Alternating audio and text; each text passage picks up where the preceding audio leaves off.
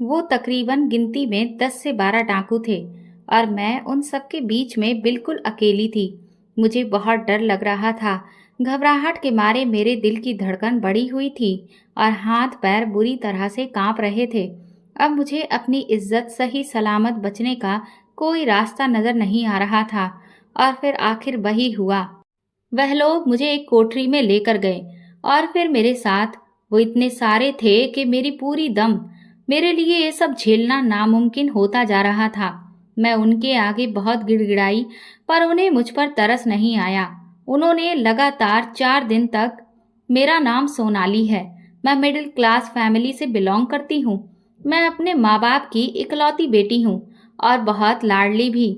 मैं दिखने में बहुत ज्यादा खूबसूरत हूँ। मेरा रंग बिल्कुल दूध के जैसा गोरा है, आंखें काली काली, घने लंबे काले बाल। जो भी मुझे एक बार देखता तो बस देखता ही रह जाता। हर कोई मेरी इतनी तारीफ करता था कि मैं जब भी अपने आप को आईने में देखती तो मेरे चेहरे पर मेरी खूबसूरती का गुरूर नजर आता था।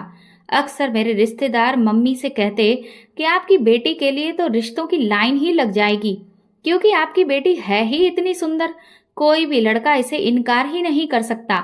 उस वक्त तो मैं अपनी खूबसूरती को लेकर बहुत खुश होती थी, लेकिन मुझे नहीं पता था कि एक दिन मेरी यही खूबसूरती मेरे लिए अभिशाप बन जाएगी और मेरा वो हाल करवाएगी कि जिसके बारे में कभी किसी लड़की ने सपने में भी नहीं सोचा होगा।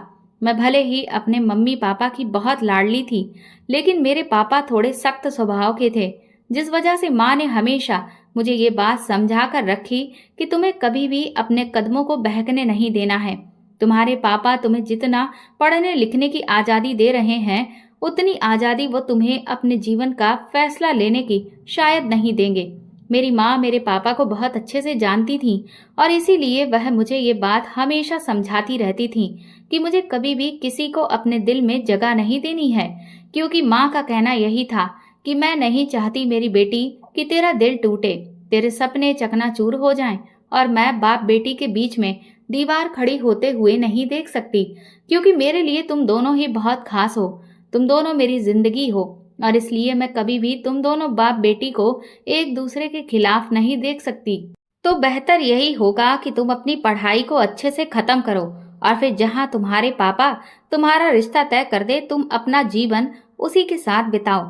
मैंने भी हमेशा माँ की इस बात को अपने दिमाग में रखा और इसीलिए मैं जब भी कॉलेज जाती थी तो वहां पर बहुत सारे ऐसे लड़के थे जो मुझसे दोस्ती करना चाहते थे। वो तरह तरह की तरकीबें भी अपनाते थे जिससे वह मुझे अपना दोस्त बना सके, लेकिन मैंने कभी भी किसी लड़के से दोस्ती नहीं की।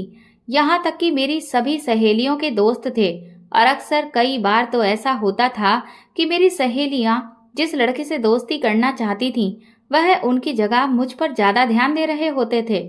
इससे मेरी सहेलियां मुझसे चिढ़ने लगती थीं। वह अक्सर कहती थी कि अगर तुम इतनी खूबसूरत ना होती तो आज यही वैल्यू हमें मिल रही होती। मैं उन्हें समझाती कि तुम बेकार ही मुझसे जलती हो, जब मुझे इस सब में कोई रुचि ही नहीं है तो फिर इसमें मैं क्या करूं। लेकिन सच कहूं तो दिल ही दिल में मेरा भी बहुत जी चाहता था कि कोई हो जो मुझे भी चाहे, जो मेरे लिए भी कई घंटे इंतजार करे। मैं भी उससे छुप छुप कर बातें करूं, चिट्ठियां लिखूं, वो मेरे लिए गिफ्ट्स लेकर आए, मैं उसके लिए सज धज कर तैयार होकर जाऊं। ये सब कुछ करने का मेरा जी बहुत चाहता था। मेरी सभी सहेलियां ये सब कुछ एंजॉय कर रही थीं, सिवाय मुझे छोड़कर। लेकिन मैं क्या करती, अपने पापा के डर की वजह से मैंने कभी भी वो सीमा रेखा पार ही नहीं की। और फिर मैंने अपने आप को जैसे तैसे समझा लिया और अपने ख्वाबों के राजकुमार को लेकर मैंने लिखना शुरू कर दिया।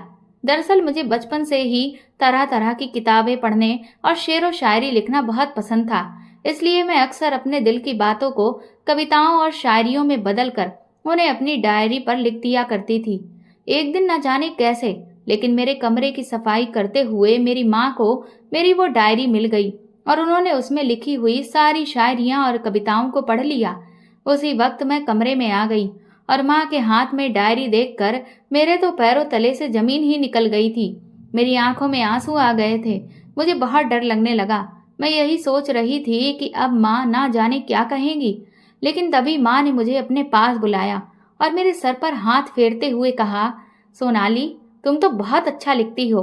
मुझे तो यकीन नहीं हो रहा था कि मेरी माँ मेरी लेखनी की तारीफ कर रही थी। वो कहने लगी, बेटा, क्या ये सब तुमने अपने दिल की बात शब्दों में पिरोकर लिखी है? मैंने धीरे से सर हिलाया तो माँ कहने लगी, सच में तुमने बहुत अच्छा लिखा है, लेकिन बेटा, बस इन ख्वाबों को तुम हकीकत में अभी पूरा नहीं कर सकती। लेकिन हाँ, जब तुम्हारी शादी जिससे होने वाली हो ना, तुम उसके साथ अपने इन सारे ख्वाबों और ख्वाहिशों को जी भर के जीना।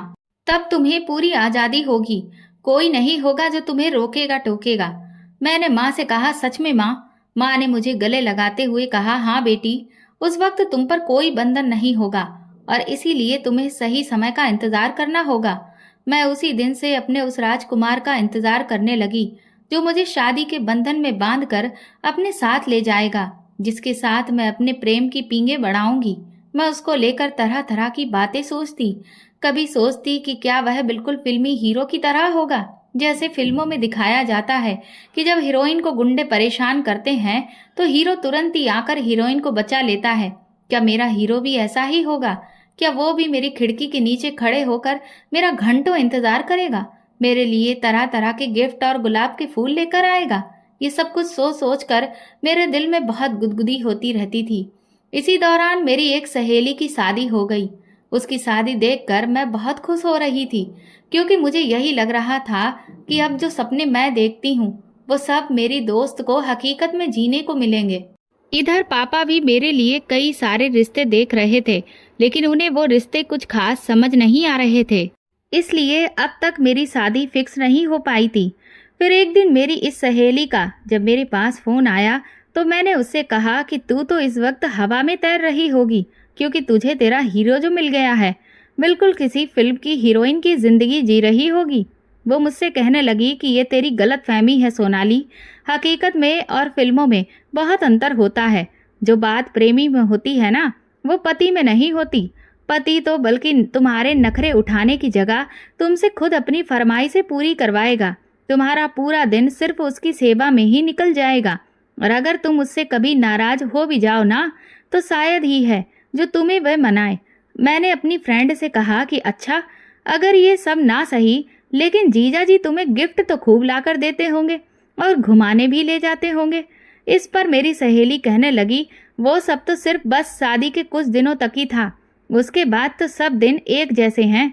धीरे धीरे जैसे जैसे वक्त आगे बढ़ेगा उनकी रुचि कम होती जाएगी, और मैं भी दिन भर के सारे काम निपटा कर इतना थक जाती हूँ कि ये सब कुछ सोचने का भी समय नहीं मिल पाता। अपनी सहेली के मुंह से ऐसी बातें सुनकर तो मेरे दिल में जल रही लौ पूरी तरह से बुझ गई। अब तो मुझे यही लगने लगा कि मैंने जो कुछ भी अपने सपनों के राजकुमार के बारे में सोच रखा था वह तो सब बेकार हो गया, क्योंकि पति कभी भी प्रेमी की जगह नहीं ले सकता। फिर मैंने सोचा कि मेरी सहेली कुछ नया तो नहीं कह रही है। यही सब तो मैं इतने सालों से अपने खुद के घर में अपनी माँ को पापा के लिए करते हुए देखते आ रही हूँ। मैंने आज तक कभी नहीं देखा कि पापा ने मम्मी को कभी कोई सरप्राइज दिया हो, या वह कभी उनके साथ इस तरह से पेश आ रहे हों जैसे कि एक प्रेमी पेश आता है। वह दोनों तो बस सिर्फ अपनी अपनी जिम्मेदारियां निभा रहे हैं। ये ख्याल आते ही मेरा मन बहुत ज़्यादा उदास हो गया।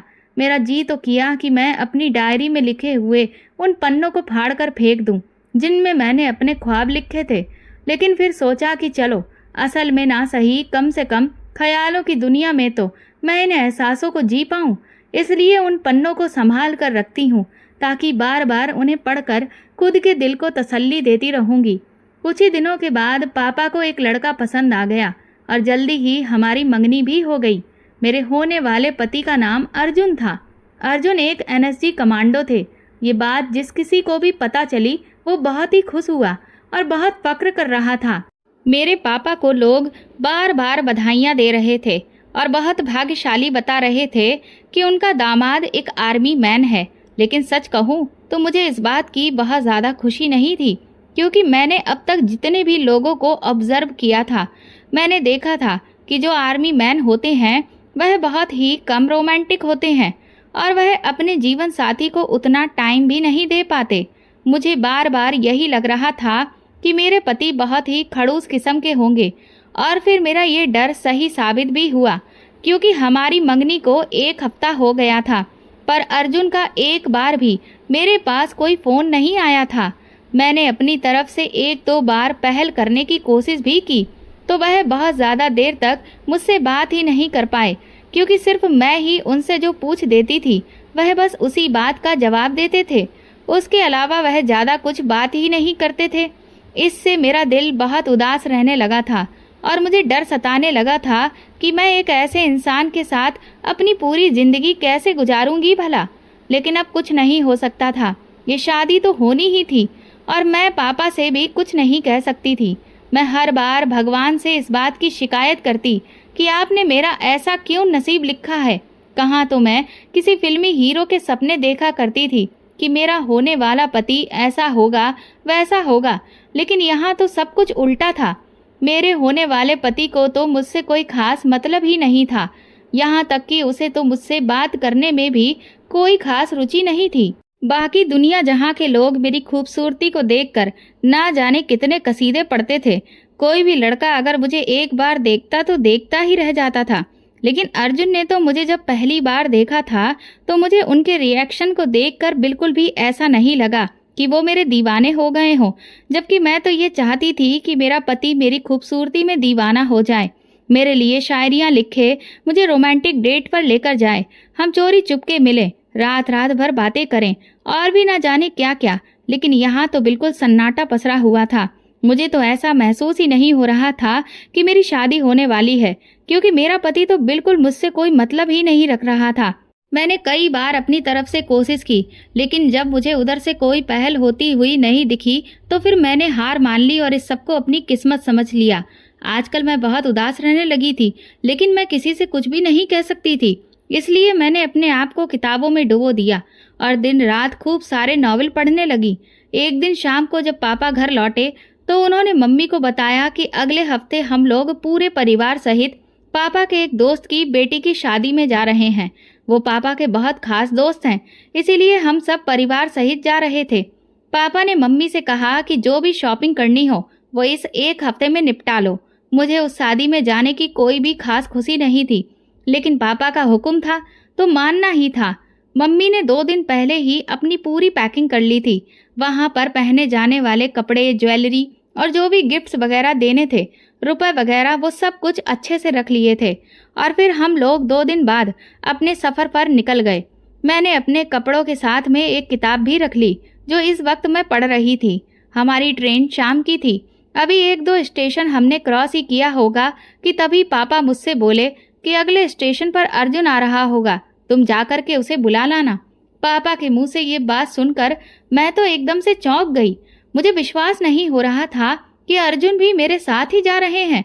मैंने पापा से पूछा कि लेकिन वो हमारे साथ क्यों जा रहे हैं, तो पापा कहने लगे कि दरअसल उनके घर वालों का भी कुछ रिश्ता मेरे दोस्त से लगता होगा, इसलिए उनके घर भी शादी का कार्ड गया था और अभी अर्जुन छुट्टी पर आया हुआ है और उसकी मम्मी की तबीयत थोड़ी खराब है, इसलिए इस शादी को अटेंड करने के लिए अर्जुन ही जा रहा था। अर्जुन के पापा ने कहा कि जब आप भी वहीं जा रहे हैं तो फिर एक साथ सबका रिजर्वेशन करवा लीजिए। मुझे भी ये बात ठीक लगी। अभी ये बातें हो ही रही थी कि तब तक अगला स्टेशन आ गया और ट्रेन रुक गई। पापा ने मुझसे तुरंत कहा कि जाओ, जाकर अर्जुन को बुला लाओ, देखो वो कहाँ पर है। न जाने क्यों, लेकिन उस वक्त मैं बहुत खुश हो गई थी और तुरंत ही चहकते हुए गाड़ी से उतरकर बाहर पहुंच गई और अर्जुन को यहाँ वहाँ देखने लगी। सच कहूँ तो मुझे यकीन नहीं हो रहा था कि पापा ने मेरी और अर्जुन की इस तरह से मीटिंग फिक्स की थी। मुझे अच्छे से पता है कि ये सब पापा का ही प्लान होगा। वैसे तो मेरे पापा बहुत खड़ूस हैं, लेकिन उनके दिमाग में ये भी आइडिया आ सकता है, ये तो मैं सोच भी नहीं सकती थी। मैं बाहर खड़े होकर अभी अर्जुन को ढूंढ ही रही थी कि तभी वो सामने से वाइट टी शर्ट और ग्रे कलर की कार्गो पैंट में अपना बैग लिए चला आ रहा था। मैंने जैसे ही उसे देखा मेरा दिल बहुत जोर से धड़कने लगा। वो इस वक्त इतना स्मार्ट लग रहा था कि मैं बता नहीं सकती। सच में किसी भी फिल्म का हीरो उसके सामने बिल्कुल फेल था, लेकिन जैसे ही मुझे उसके खड़ूस बिहेवियर के बारे में याद आया, वैसे ही मेरी सारी खुशी एकदम से उड़ गई। उसने मुझे अभी नहीं देखा था, वो यहाँ वहाँ डिब्बों में अंदर झांक कर हम लोगों को ही ढूंढ रहा था। मैंने फिर सोचा कि शायद ये मेरे लिए एक अच्छा मौका होगा जो मैं अर्जुन के दिल में अपने लिए थोड़ा सा प्यार जगा पाऊं। मैं तुरंत ही दौड़ती हुई उसके पास पहुंची और मैंने कहा, क्या बात है कमांडो साहब, कहाँ देख रहे हैं, किसको ढूंढ रहे हैं? उसने मुझे जैसे ही अपने सामने देखा एकदम से चौंक गया। कहने लगा, वो मैं आपको ही ढूंढ रहा था। उसके इस प्यार भरे बात करने के अंदाज पर मैं तो पिघल गई। मैंने कहा, कमाल है, कितना बड़ा इत्तेफाक है ना, आप मुझे ढूंढ रहे थे और मैं आपको ढूंढ रही थी। उसने मेरी बात का जवाब नहीं दिया और तुरंत ही पूछने लगा कि किस डिब्बे में हैं आप लोग। मैंने कहा, आपको बड़ी जल्दी है, अभी तो ट्रेन यहाँ पर थोड़ी देर रुकेगी, कुछ देर बाहर की हवा भी तो खा लीजिए, थोड़ी देर मुझसे बात कर लीजिए, कुछ देर बाद अंदर ट्रेन में ही बैठना है। तभी ट्रेन सीटी देने लगी और हम दोनों तुरंत ही डिब्बे की तरफ भागे। अंदर जाकर अर्जुन ने मम्मी पापा से नमस्ते किया और फिर वह अपनी सीट पर बैठ गया। मैं अपनी नजरें छुपाकर उसे ही बार बार देख रही थी, लेकिन वह था कि मुझे बिल्कुल भी नहीं देख रहा था। इससे मुझे बहुत गुस्सा आ रहा था। मैं मन ही मन सोचने लगी कि अभी यही कोई रोमांटिक इंसान होता तो कितना मजा आ रहा होता। हम इशारों ही इशारों में खूब बातें करते, लेकिन ये खड़ूस तो बिल्कुल भी टस से मस नहीं होता है। धीरे धीरे रात हो गई और फिर अगले स्टेशन पर अर्जुन पानी की बोतल लेने के लिए नीचे चला गया। मम्मी पापा भी नींद में ऊँघ रहे थे। मौका पाते ही मैं भी उसके पीछे ही ट्रेन से नीचे उतरी। तभी सामने मैंने एक आदमी को देखा जो मुझे बहुत ही अजीब नजरों से देखने लगा। वह मुझे देखकर बार बार मुस्कुरा रहा था। ये देखकर मुझे गुस्सा तो आया, लेकिन मैंने उसे इग्नोर कर दिया। मैं तुरंत ही अर्जुन के पास पहुंची। मैंने कहा, क्या कर रहे हो कमांडो साहब? वो कहने लगा कि वो मैं पानी खरीदने के लिए आया था, सोचा थोड़ी देर के लिए टहल लेता हूँ। मैंने कहा कि थोड़ा मुझ पर भी ध्यान दे लीजिए। तो अर्जुन कहने लगे कि मैं तो सभी पर ध्यान देता हूँ। मैंने कहा, लेकिन मैं तो खास हूँ ना, मैं आपकी होने वाली बीवी हूँ, आप इतना खड़ूस क्यों हैं? मेरे इस सीधे सवाल से वो मेरी तरफ हैरत से देखने लगा। फिर अर्जुन ने कहा कि ऐसा नहीं है, मैं खड़ूस नहीं हूँ, बस मैं थोड़ा सा कम बोलता हूँ। मैंने कहा, लेकिन देखिए ना, कितना अच्छा सफ़र है और होने वाला हम सफ़र भी साथ में है, लेकिन आप तो बिल्कुल भी रुचि ही नहीं ले रहे हैं। आपकी जगह अगर कोई और होता ना तो अब तक तो। इतना कहकर मैं रुक गई। अर्जुन कहने लगे, तो अब तक तो क्या क्या हो जाता ऐसा? मैं धीरे से मुस्कुरा दी। मैंने कहा, ये तो आपको खुद समझना चाहिए। बात करते करते मैंने जब पीछे पलट कर देखा तो वह आदमी अभी भी मुझे ही घूर रहा था, जिसे देखकर मुझे बहुत अजीब सी घबराहट होने लगी। फिर थोड़ी देर के बाद हम अपने डिब्बे में चले गए। इधर जब मैं वॉशरूम जाने के लिए बाथरूम के पास पहुंची तो वो आदमी वहीं पर खड़ा हुआ था और उसने अचानक ही मेरा रास्ता रोक लिया।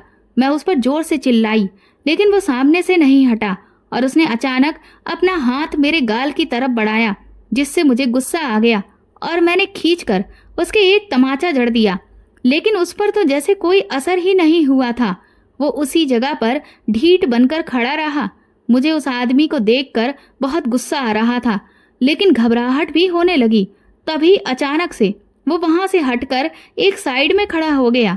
मुझे समझ नहीं आया कि जब ये मेरे थप्पड़ मारने पर यहाँ से नहीं हटा तो अचानक बिना कुछ कहे कैसे हट गया। तभी पीछे से मेरी एक आवाज़ आई। वो आवाज़ अर्जुन की थी। अर्जुन ने कहा, क्या हुआ सोनाली? मैंने तुरंत पीछे पलटकर देखा तो अर्जुन मेरे काफ़ी करीब आ गया था। उसे देखकर मैंने राहत की सांस ली, लेकिन मैंने उसे कुछ भी नहीं बताया। मैं नहीं चाहती थी कि बिना बात कोई हंगामा खड़ा हो, क्योंकि इस तरह के छिचोरे लोग तो हम लड़कियों को आए दिन मिलते ही रहते हैं। आखिर इनसे कब तक उलझा जाए? अर्जुन को मैंने बहाना बना दिया कि कुछ नहीं, और फिर मैं चुपचाप वॉशरूम में चली गई। जब तक मैं बाहर नहीं निकली तब तक अर्जुन बाहर ही खड़ा रहा। ये देखकर मुझे बहुत अच्छा लगा कि अर्जुन को मेरी इतनी फिक्र है। रात इधर काफ़ी हो चुकी थी। लगभग काफ़ी सारे लोग ट्रेन में सो रहे थे। मम्मी पापा भी सो गए थे। अर्जुन चाहता तो वह भी सो जाता, लेकिन उसे मेरी फिक्र थी। इसके बाद मैं वापस अपनी सीट पर जाकर लेट गई और इधर अर्जुन भी लेट गया था, लेकिन मुझे नींद ही नहीं आ रही थी। बार बार अजीब अजीब तरह की शरारतें सूझ रही थीं कि तभी अचानक से ट्रेन एक जगह बीच रास्ते में रुक गई। डिब्बे में हलचल सी होने लगी और काफी सारे यात्री उठकर बैठ गए और सब एक दूसरे से सवाल करने लगे कि भला ट्रेन यहाँ पर क्यों रुक गई है। उसके बाद कुछ लोगों ने टीटी से पता करके बताया कि आगे रूट में कोई दिक्कत आ गई है। इस वजह से ट्रेन को यहाँ कुछ घंटे के लिए रोका गया है। अब तो मुझे और भी ज्यादा बोरियत लग रही थी।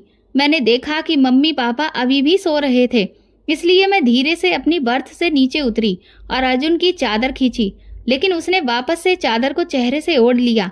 मैंने फिर एक बार उसकी चादर खींची तो इस बार उसने आंखें खोलकर जब देखा तो मैंने उसे अपने साथ चलने का इशारा किया। वो मुझे मना करने लगा और कहने लगा कि मैं भी चुपचाप लेटकर सो जाऊं। मुझे गुस्सा आ गया। मैंने उसे नाराजगी वाले एक्सप्रेशन दिए और अपना नॉवेल लेकर मैं बाहर एक सीट पर आकर बैठ गई। ट्रेन के और भी बहुत सारे लोग बाहर उतरकर टहल रहे थे। ये कोई रेलवे स्टेशन नहीं था, लेकिन एक ऐसी जगह थी जहां पर काफी सारी सीमेंट की सीटें बनी हुई थीं, इसलिए लोगों को घूमने के लिए एक सही जगह मिल गई थी। मैं भी वहीं पर जाकर अपना नॉवेल पढ़ने लगी। मुझे बहुत गुस्सा आ रहा था कि अगर अर्जुन मेरे कहने से एक बार आ जाता तो ना जाने क्या बिगड़ जाता, पर उसे तो जैसे कोई रुचि ही नहीं है। इतना अच्छा मौका तो किसी को नहीं मिलता होगा जितना अच्छा हमें मिला है। थोड़ी ही देर के बाद वही आदमी जो मुझे घूर घूर कर देख रहा था, वो सामने डिब्बे से उतरकर मेरी तरफ बढ़ने लगा। मेरी जैसे ही उस पर नजर पड़ी, तभी अचानक से मेरे अंदर डर की लहर दौड़ गई। वो अपने कदम बढ़ाते हुए मेरी तरफ ही आगे बढ़ रहा था। मुझे कुछ समझ नहीं आ रहा था कि अब मैं क्या करूं कि तभी मेरे कंधे पर हल्का सा हाथ किसी ने मारा। मैंने पीछे पलटकर देखा तो वो अर्जुन था। उसे देखते ही मेरा डर छूमंतर हो गया और वो आदमी वहीं पर रुक गया। मैंने तुरंत ही झूठ मूठ की नाराजगी जताते हुए अर्जुन से अपना मुंह फेर लिया। फिर वो मुझसे कहने लगा, क्या पढ़ रही हो? मैंने उससे कहा कि एक जासूसी नॉवल पढ़ रही हूँ। फिर वो कहने लगा कि तुम तो बहुत गुस्से में लग रही हो। मैंने कहा, हाँ वो तो मैं हूँ। वो कहने लगा कि अब अगर गुस्सा करोगी तो फिर बात कैसे करोगी? मैंने कहा कि मैं गुस्सा करते हुए भी बात कर लेती हूँ। फिर वो मुझसे पूछने लगा कि अच्छा बताओ तुम इसमें क्या पढ़ रही हो? तो मैंने उसे इंटरेस्ट से बताना शुरू किया कि अभी इस नॉवल में इस लड़की को किडनैप किया गया है और उसका प्रेमी उसे ढूंढ रहा है, पर वो उसे ढूंढ ही नहीं पा रहा क्योंकि वो लड़की इतनी बेवकूफ है कि उसने जरा सा भी दिमाग ही यूज नहीं किया। अर्जुन कहने लगा कि अच्छा तुम्हें ऐसा क्यों लगता है? वह बेचारी तो खुद किडनैप हो गई, तो भला वह क्या कर सकती है? मैंने कहा कि वो ये कर सकती थी कि जब किडनैपर उसे लेकर जा रहा था तो वो सुराग के तौर पर अपनी कोई ज्वेलरी रास्ते में कहीं पर भी छोड़ सकती थी, जिसे पुलिस या फिर उसका प्रेमी उसका पीछा करते हुए आराम से उस तक पहुंच सकते थे। लेकिन उसने बिल्कुल भी अपना दिमाग ही यूज नहीं किया। अर्जुन से कहने लगा, अच्छा तो इसका मतलब तुम अपने आप को बहुत होशियार समझती हो। मैंने कहा कि वो तो मैं हूं ही। इतना कहकर हम दोनों खिलखिलाकर हंसने लगे। आज सगाई के इतने दिनों बाद पहली बार मुझे अर्जुन के साथ ऐसा महसूस हो रहा था कि वह शायद उतना भी बुरा नहीं है जितना मैं उसे समझ रही थी। इसके बाद अर्जुन कहने लगा कि तुम पूछ रही थी ना कि मैं खड़ूस क्यों हूँ। दरअसल मैं खड़ूस नहीं हूँ, बस ये मेरा नेचर है कि मैं थोड़ा कम बोलता हूँ। लेकिन ये तो अच्छा है ना, क्योंकि जब मैं कम बोलूंगा तभी तो तुम्हें ज्यादा बोलने का मौका मिलेगा। अर्जुन की ये बात सुनकर मैं हैरानी से उसे देख रही थी। सच कहूँ तो उसने बिल्कुल सही बात कही थी, क्योंकि मैं बहुत ज्यादा बातूनी हूँ और अगर मेरी तरह अर्जुन भी बातूनी होता तो फिर कौन किसकी बात सुनता, और फिर तो जहाँ तक है हमारा झगड़ा ही हो जाता। मैंने अर्जुन से कहा, वाह कमांडो साहब, आपने तो बड़े ही पते की बात की। इसके बाद हम अपनी कुछ शरारतों वाली बातें करते रहे। जैसे जैसे मेरा वक्त उसके साथ बीत रहा था, मुझे एहसास हो रहा था कि पापा ने सच में मेरे लिए बिल्कुल वही राजकुमार खोजा है जिसकी तलाश मैं अब तक करती आई थी। ये वही लड़का है जिसके बारे में मैं अपनी कविताओं और शायरियों में लिखा करती थी।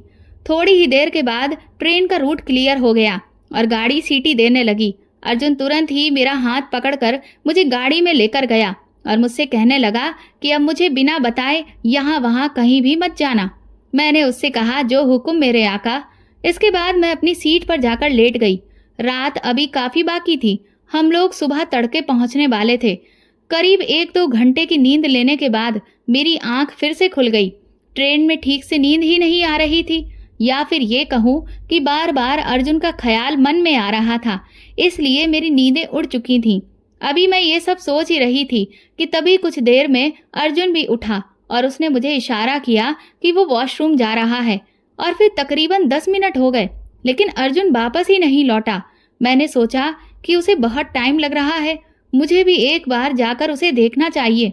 मैं जैसे ही अपनी बर्थ से नीचे उतरी, तभी अचानक से गाड़ी में हड़कंप मच गया। हमारे आसपास ही जो लोग बैठे हुए थे, उनमें से कुछ लोग हथियार और बंदूक लेकर खड़े हो गए और सभी लोगों को डराने धमकाने लगे। उनके साथ लूटपाट करने लगे। पूरी गाड़ी में चीख पुकार मच गई। मुझे कुछ भी समझ में नहीं आ रहा था। मम्मी और पापा भी बुरी तरह से सहम गए। मुझे अर्जुन की भी फिक्र हो रही थी कि वो ना जाने कहाँ है। वह लोग बहुत ही बेरहमी से सभी को लूट रहे थे। गाड़ी में जो पुलिस वाले गार्ड थे, उनको भी उन्होंने ना जाने कब ट्रेन से धक्का देकर गिरा दिया था। इसलिए अब वहां हमें बचाने वाला कोई भी नहीं था कि तभी उन लुटेरों में से एक आदमी मेरे पास आया और उसने जैसे ही मेरे गले की चैन छीनने के लिए अपना हाथ आगे बढ़ाया, तभी वही आदमी जो इतने समय से मुझे परेशान कर रहा था वहां पर आ गया और उसने उस आदमी को इशारा किया कि वह मुझे हाथ भी ना लगाए। ये देखकर मैं समझ गई कि ये भी इन्हीं लुटेरों में से एक है। लेकिन वो आदमी मेरी मम्मी के साथ खींचातानी करने लगा। उनके हाथों से अंगूठियां निकालने की कोशिश करने लगा। उन्हें बहुत दर्द हो रहा था। पापा भी उनसे भिड़ गए तो उन्होंने मेरे पापा के सर पर बहुत तेज वार किया, जिससे उनके सर से खून निकलने लगा और वह वहीं बेहोश होकर गिर पड़े। ये देखकर मुझे गुस्सा आ गया और मैं उनसे भिड़ गई, पर उसने मुझे भी खींचकर एक तरफ फेंक दिया, जिससे मेरा हाथ बुरी तरह से छिल गया था। मैं जैसे ही दोबारा उठी कि तभी वहां अर्जुन आ गया। अर्जुन को मैंने जैसे ही देखा तो मैं दंग रह गई। उसके भी कई जगह से खून निकल रहा था। वो भी जख्मी था। उसने उन लोगों को बहुत बुरी तरह से मारा। अर्जुन को काबू करना उन सबके लिए बहुत मुश्किल हो रहा था। मैंने देखा कि अर्जुन ने उन लुटेरों के कई सारे आदमियों को पहले ही ढेर कर दिया था। लेकिन तभी जब अर्जुन उनके एक आदमी से निपट रहा था कि पीछे से आकर उस घूरने वाले आदमी ने अर्जुन के पेट में चाकू मार दिया। ये देखकर मेरी चीख निकल गई और मैं बेहोश हो गई। और जब मुझे होश आया तो मेरे पैरों तले से जमीन ही निकल चुकी थी, क्योंकि मैं ट्रेन में नहीं थी बल्कि उन सभी डाकुओं के बीच में घिरी हुई थी। उनकी गाड़ी में बैठी हुई थी। वो लोग मुझे ना जाने कहाँ लेकर जा रहे थे। जो आदमी मुझे घूर घूर कर देख रहा था, उसका नाम काली था। वो लोग उसे काली भैया कहकर पुकार रहे थे। डर के मारे मेरी हालत बहुत बुरी हो चुकी थी और मेरी आंखों से आंसू और सर से पसीना आने लगा। अब तो मैं समझ चुकी थी कि अब मुझे कोई नहीं बचा सकता। मेरी जान और इज्जत दोनों ही खतरे में थी। वो काली मुझे होश में देखते ही मुस्कुराने लगा, कहने लगा, मैं तो कब से तुम्हारे होश में आने का इंतजार कर रहा था। और ये कहकर उसने तुरंत ही मेरे गाल को पकड़ा। मैंने तुरंत उसका हाथ झटक दिया तो वो कहने लगा कि अब तो कम से कम ये नखरे ना दिखाओ। देखो, तुम्हें मैं बहुत चाहता हूँ। तुम मुझे एक नज़र में ही भाग गई थी, इसीलिए तो देखो मैं तुम्हें अपने साथ ले आया। इसलिए अब ये नाराजगी छोड़ो। मैंने उसकी किसी भी बात का कोई जवाब नहीं दिया, क्योंकि इस वक्त मुझे चुप रहने में ही अपनी भलाई नजर आई। मैं बार बार अर्जुन के बारे में सोच रही थी, क्योंकि इन लोगों ने अर्जुन के पेट में चाकू मार दिया था। न जाने अर्जुन किस हाल में होगा। बार बार मुझे इस बात का डर सता रहा था कि कहीं अर्जुन को कुछ हो तो नहीं गया होगा। एक अर्जुन ही था जिसके लिए मुझे उम्मीद थी कि शायद वह मुझे बचा लेता, लेकिन ये लोग मुझे ना जाने कब और कहां लेकर आ गए हैं। अर्जुन अगर सही सलामत भी होगा तो वह यहां आ ही नहीं सकता है। मैं बार बार दिल ही दिल में भगवान को याद कर रही थी। पुलिस से भी मुझे कुछ खास उम्मीद नहीं थी, क्योंकि अपने देश में पुलिस का हाल क्या है ये तो सभी जानते हैं।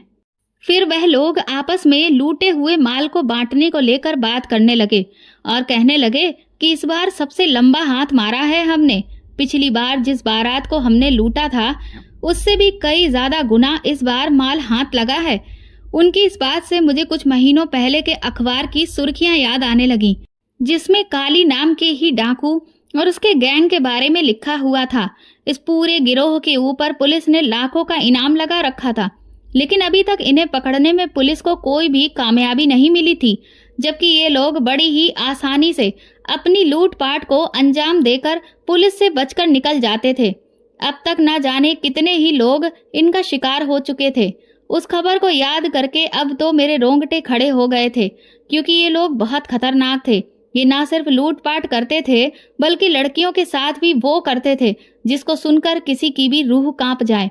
और अपना काम खत्म होने के बाद ये लड़कियों को अपने रास्ते से हटा देते थे, ताकि पीछे कोई भी ऐसा गवाह ना छूटे जो इनके बारे में पुलिस को कुछ भी बता सके। मुझे मेरी मौत सामने ही नजर आ रही थी, पर मैंने फिर भी खुद को हिम्मत देने की कोशिश की। काफी दूर आगे जब जंगल शुरू हुआ तो एक बीहड़ इलाके में मुझे सामने बहती हुई एक नदी नजर आई। मैंने उसे देखते ही तुरंत उस काली से कहा कि मुझे बहुत तेज प्यास लगी है। मेरी बात सुनकर उसने गाड़ी रोकने को कह दिया। उसके बाकी के साथी उससे कहने लगे कि इस लड़की से तुम्हें जो भी काम है वो जल्दी से निपटाओ और इसे यहीं खत्म करो, क्योंकि इस लड़की को साथ में लेकर घूमना हमारे लिए किसी भी खतरे से खाली नहीं है। पर काली ने उन सब की किसी भी बात का कोई जवाब नहीं दिया और मुझे नदी में पानी पीने के लिए भेज दिया। मैं नदी के पास पहुंची तो मुझे समझ में नहीं आ रहा था कि मैं अब क्या रास्ता निकालूं, क्योंकि यहाँ से अगर मैं भागती भी तो भी वह मुझे आराम से पकड़ लेते। इसलिए भागने का तो कोई फायदा ही नहीं था। मैंने हाथ मुंह धोया और थोड़ा सा पानी पिया। फिर अपने हाथ की चूड़ियां निकालकर मैंने चुपके से वहीं पर रख दी और तुरंत ही पलटकर वापस उनकी गाड़ी में जाकर बैठ गई। काफी दूर निकल जाने के बाद अचानक उनकी गाड़ी खराब हो गई, तो फिर वह लोग मुझे लेकर पैदल ही आगे निकल पड़े। मैं जैसे जैसे आगे चल रही थी, चुपचाप अपनी एक एक ज्वेलरी मैं जमीन पर गिराती जा रही थी, क्योंकि ना जाने वह लोग मुझे किस बीहड़ इलाके में ले आए थे। यहाँ पर तो किसी के लिए भी मुझे ढूंढना नामुमकिन ही था। इतनी दूर चलकर मैं बहुत थक गई थी। मैंने उनसे कई बार कहा कि मुझसे अब और चला नहीं जाता, लेकिन वह लोग जबरदस्ती ही मुझे घसीटे लिए जा रहे थे। फिर कुछ दूर आगे जाकर सामने एक झोपड़ी दिखाई दी। उन्होंने वहां पर रह रहे पति पत्नी को बंदूक की नोक से डरा धमकाकर अपने घर को खाली करने के लिए कह दिया और मुझे ले जाकर अंदर बिठा दिया। मैं बार बार अर्जुन के बारे में सोच रही थी, क्या अर्जुन मुझे बचाने के लिए आएगा? फिर मैं यही सोचने लगी कि यह सब तो सिर्फ फिल्मों में होता है। असल जिंदगी में इतने सारे डाकुओं से अपनी होने वाली पत्नी को बचाने के लिए कोई भी नहीं आता। मैं तो अर्जुन की प्रेमिका भी नहीं हूँ। अभी तो हमारी ठीक से कोई बातचीत भी नहीं हुई थी और ना अभी कोई उसे मुझसे इतना प्यार हुआ था कि वो मेरी खातिर इतनी दूर चला आए। अब मुझे ही खुद को बचाने के लिए कुछ करना था। मैं अभी बैठी हुई ये सब सोच ही रही थी कि तभी वो काली हाथ में खाना लिए हुए मेरे पास आ गया और मुझे अपने हाथ से खाना खिलाने की कोशिश करने लगा। मैंने वो खाना उठाकर फेंक दिया तो उसने खींचकर मेरे गाल पर एक तमाचा मारा और कहने लगा कि तुम मेरे बारे में जानती भी हो। तुम जो मुझे इतने नखरे दिखा रही हो ना, वो सिर्फ इसलिए क्योंकि मैं तुम्हें पसंद करता हूँ, वरना इससे पहले तो तुम्हारे जैसी ना जाने कितनी ही लड़कियों का मैंने वो हाल किया है जो तुम कभी सपने में भी नहीं सोच सकती हो। इसीलिए कह रहा हूँ कि चुपचाप प्यार से मान जाओ, वरना अगर मैंने अपना आपा खो दिया तो तुम्हारे लिए बिल्कुल भी अच्छा नहीं होगा। उस झोपड़ी में रहते हुए मुझे लगभग 1 दिन हो चुका था। जैसे ही अगला दिन हुआ, वो काली मेरे पास आ गया। बाकी के उसके साथी बार बार उसे यही समझा रहे थे कि वो अपना मतलब पूरा करे और मुझसे अपनी जान छुड़ाए, लेकिन काली कहने लगा कि मैं इस लड़की से शादी करना चाहता हूँ और अपना घर बसाकर अब आराम की जिंदगी बिताना चाहता हूँ। आखिर कब तक हम लोग इसी तरह से पूरी जिंदगी लूटपाट करते रहेंगे? काली के मुंह से ये बात सुनकर मेरे होश उड़ गए थे। वो मुझसे कहने लगा कि देखो मैं कितना काला हूँ और तुम कितनी गोरी हो। तुम्हारी खूबसूरती देखने के बाद ही मुझे इस बात का ख्याल आया कि अगर मुझे अपने बच्चे सुंदर चाहिए तो तुमसे बेहतर मेरे लिए कोई भी नहीं हो सकता। उसकी ये बात सुनकर मुझे अपनी उस खूबसूरती से घिन आने लगी जिसको आईने में देखकर मैं गुरूर महसूस करती थी। आज इस खूबसूरती की वजह से ही मैं इस भयानक मुसीबत में पड़ चुकी थी। वो कहने लगा कि मेरा रंग देखकर ही हर कोई मुझे दुत्कार देता था, लेकिन मैं नहीं चाहता कि मेरे बच्चों के साथ यही हो। और तुम ना सिर्फ खूबसूरत हो बल्कि तुम में जोश भी बहुत है। जब तुमने मुझे थप्पड़ मारा मैं तभी समझ गया कि तुम ही वो हो जो मुझे टक्कर दे सकती हो।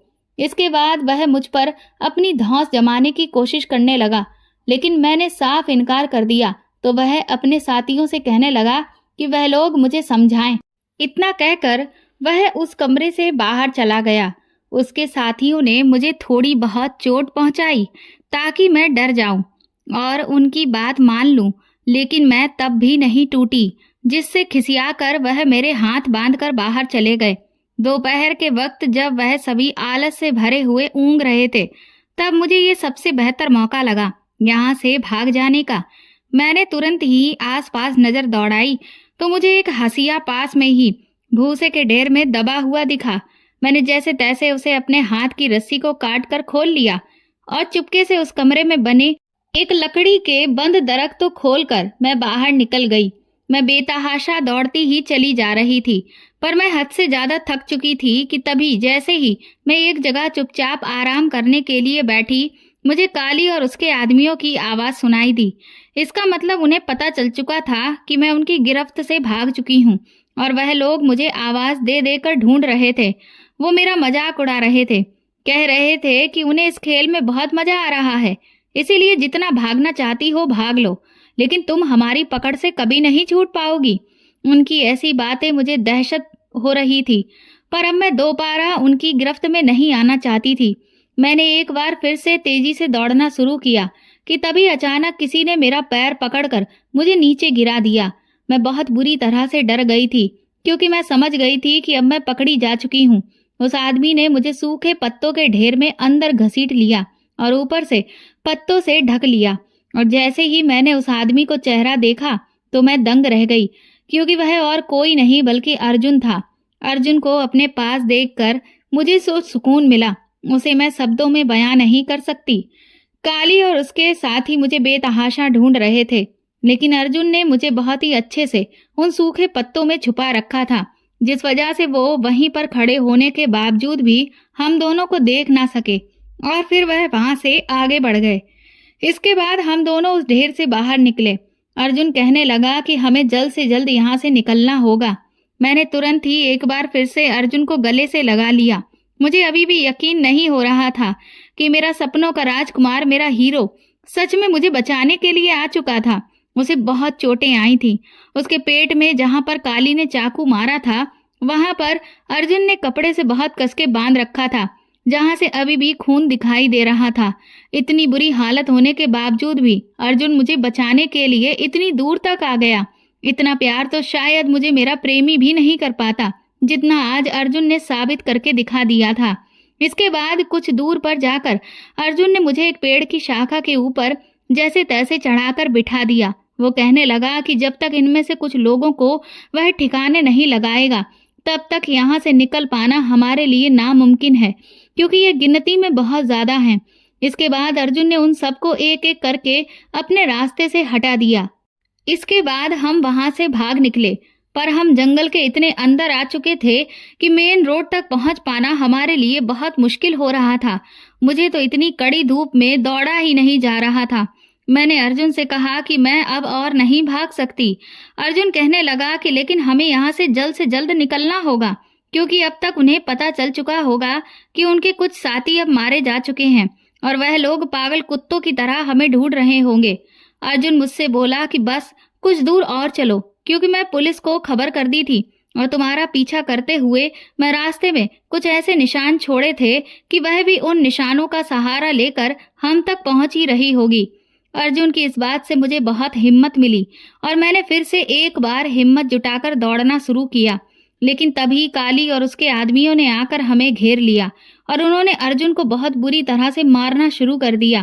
काली ये देखकर बहुत बुरी तरह से बौखला गया कि मैं अर्जुन के साथ थी, इसलिए काली ने अपने मंसूबे वहीं पर पूरे करने और फिर मुझे भी अपने रास्ते से हटाने का फैसला सुना दिया। और फिर वह मेरी तरफ आगे बढ़ा और जैसे ही उसने मेरे ऊपर हाथ रखा, तुरंत ही अर्जुन ने आकर उसे रोक दिया और उनके बीच में बहुत ही तगड़ी झड़प शुरू हो गई। ये देखकर काली के आदमियों ने अर्जुन को पकड़ लिया और काली मुझे वहां से लेकर एक खंडर में चला आया। मैं बार बार उसके आगे हाथ जोड़ रही थी, लेकिन उस पर तो जैसे जानवर सवार था। एक ऐसे आदमी से आखिर उम्मीद भी क्या की जा सकती थी, क्योंकि वह तो इससे पहले भी ना जाने कितनी ही लड़कियों के साथ यही सब कर चुका था और उसके चेहरे पर कोई सिकन तक नहीं थी। मैं काली से अपने आप को बचाने की हर संभव कोशिश कर रही थी, कभी यहाँ गिरती कभी वहां पड़ती, जिससे मुझे बहुत चोटें आ चुकी थी और मैं बुरी तरह से थक गई थी। फिर जब मैं बिल्कुल बेहोश होने की हालत में आकर जमीन पर गिरकर निडाल होने लगी, तभी काली मुस्कुराता हुआ मेरी तरफ आगे बढ़ा और उसने मेरा दुपट्टा खींचकर अलग किया। और फिर तभी न जाने कहां से अर्जुन फिर से आ गया और उसने काली को इतना मारा कि उसकी हालत खराब हो चुकी थी। कुछ ही देर में काली बेहोश होकर नीचे जमीन पर गिर गया और मैं तुरंत ही अर्जुन के गले लग गई। मैं उस वक्त बहुत बुरी तरह से रो रही थी, क्योंकि मुझे खुद के साथ साथ अर्जुन की जान को लेकर भी बहुत डर लग रहा था। लेकिन तभी फिर अचानक जो हुआ उससे मेरी सांसें ही रुक गईं। मुझे गोली चलने की आवाज सुनाई दी और जब मैंने अपना सिर उठाकर ऊपर देखा तो पीछे काली ने अर्जुन पर गोली चला दी थी। गोली लगते ही अर्जुन जमीन पर गिर गया और उसकी आंखें बंद हो गईं और काली अपनी जीत की खुशी में जोर जोर से हंसने लगा। मेरे तो जैसे होशो हवास ही गुम हो चुके थे। फिर उसने जैसे ही एक बार फिर से मेरी तरफ आगे बढ़ने की कोशिश की, तभी एक और गोली चली, लेकिन वह गोली पुलिस ने चलाई थी काली के ऊपर और काली वहीं पर ढेर हो गया। हम तुरंत ही अर्जुन को अस्पताल लेकर भागे। मैं पूरे रास्ते रोती रही और भगवान से दुआ करती रही कि मेरे अर्जुन को कुछ भी ना हो। मेरे साथ साथ इतने सारे लोगों की जान बचाने वाले की जान अगर आज चली जाती तो मेरा भगवान से विश्वास ही उठ जाता। कुछ ही देर बाद हम अस्पताल में थे। इसके बाद अर्जुन का इलाज हुआ। अगले दिन शाम तक अर्जुन को जब होश आया तो मैं उसके सामने ही बैठी हुई थी। वो मुझे देखकर मुस्कुराने लगा। मैंने कहा, आखिर किस मिट्टी के बने हुए हो? इतनी चोट लगी है, इतनी तकलीफ में हो, फिर भी मुझे देखकर मुस्कुरा रहे हो। अर्जुन कहने लगा कि तुम हो ही इतनी प्यारी कि तुम्हें देखकर मेरे सारे दर्द फीके पड़ जाते हैं। मैंने कहा, अरे वाह कमांडो साहब, आपको भी रोमांटिक बातें आती हैं, ये तो मुझे आज पता चला। अर्जुन कहने लगा, ये सब आपकी ही मेहरबानी है। आपकी संगत का असर कुछ ऐसा हुआ है कि 2-4 बातें हमने भी सीख ली हैं। इतना कहकर हम दोनों खिलखिलाकर हंसने लगे। मैंने अर्जुन से कहा कि एक बात बताओ, तुम मुझ तक पहुंचे कैसे? तो अर्जुन ने कहा कि अरे तुमने ही तो अपनी निशानियां छोड़ी थी। मैंने कहा, लेकिन तुम्हें कैसे पता था कि मैंने अपनी निशानियां रास्ते में छोड़ी होंगी? अर्जुन कहने लगा कि वो तुम नॉवेल वाली लड़की के लिए कह रही थी ना कि उसमें इतनी अकल नहीं है, लेकिन मुझे पता था कि मेरी सोनाली बहुत समझदार है और उसने जरूर मेरे लिए कोई न कोई सुराग छोड़ा ही होगा। अर्जुन की ये बात सुनकर मैं उसकी आंखों में प्यार से देखने लगी। मैं बहुत खुशकिस्मत थी जो मुझे अर्जुन जैसा जीवन साथी मिला। अर्जुन को सरकार की तरफ से वीरता पुरस्कार दिया गया और उसकी तारीफ में अखबारों के पन्ने भर चुके थे कि जिस जघन्य डाकू और उसके गिरोह को इतने समय से पुलिस तक नहीं पकड़ पाई, ना ही उसका बाल बाका कर पाई, एक अकेले कमांडो ने उन सबको धूल चटा दी और उनका नाम और निशान तक मिटा दिया। ये खबर जिसने भी पढ़ी वो सब अर्जुन की बहुत तारीफ कर रहे थे। मेरे जितने भी रिश्तेदार सहेलियां थीं, सब मुझे बहुत भाग्यशाली बता रहे थे कि अर्जुन मेरा होने वाला पति था। मुझे भी अर्जुन पर बहुत गर्व था। कुछ ही दिनों में अर्जुन ठीक हो गए और फिर हमारी शादी हो गई। आज मैं अपनी लिखी हुई शायरियां और कविताएं अर्जुन को पढ़कर सुनाती हूँ और वह बड़े ही ध्यान से मुझे सुनता है और मैं एक बहुत ही खुशहाल जिंदगी अर्जुन के साथ जी रही हूँ, बिल्कुल वैसी जैसी मैं ख्वाबों में देखा करती थी। तो दोस्तों, आपको ये कहानी कैसी लगी हमें कमेंट करके ज़रूर बताएं और प्लीज़ इस कहानी को ज़्यादा से ज़्यादा शेयर और लाइक करके मेरे चैनल को सपोर्ट करें। मुझे आपके सपोर्ट की सख्त ज़रूरत है। साथ ही आप बेल आइकन को ज़रूर दबा दें ताकि आगे आने वाली अपडेट्स भी आपको टाइम पर मिलती रहें। Thank you.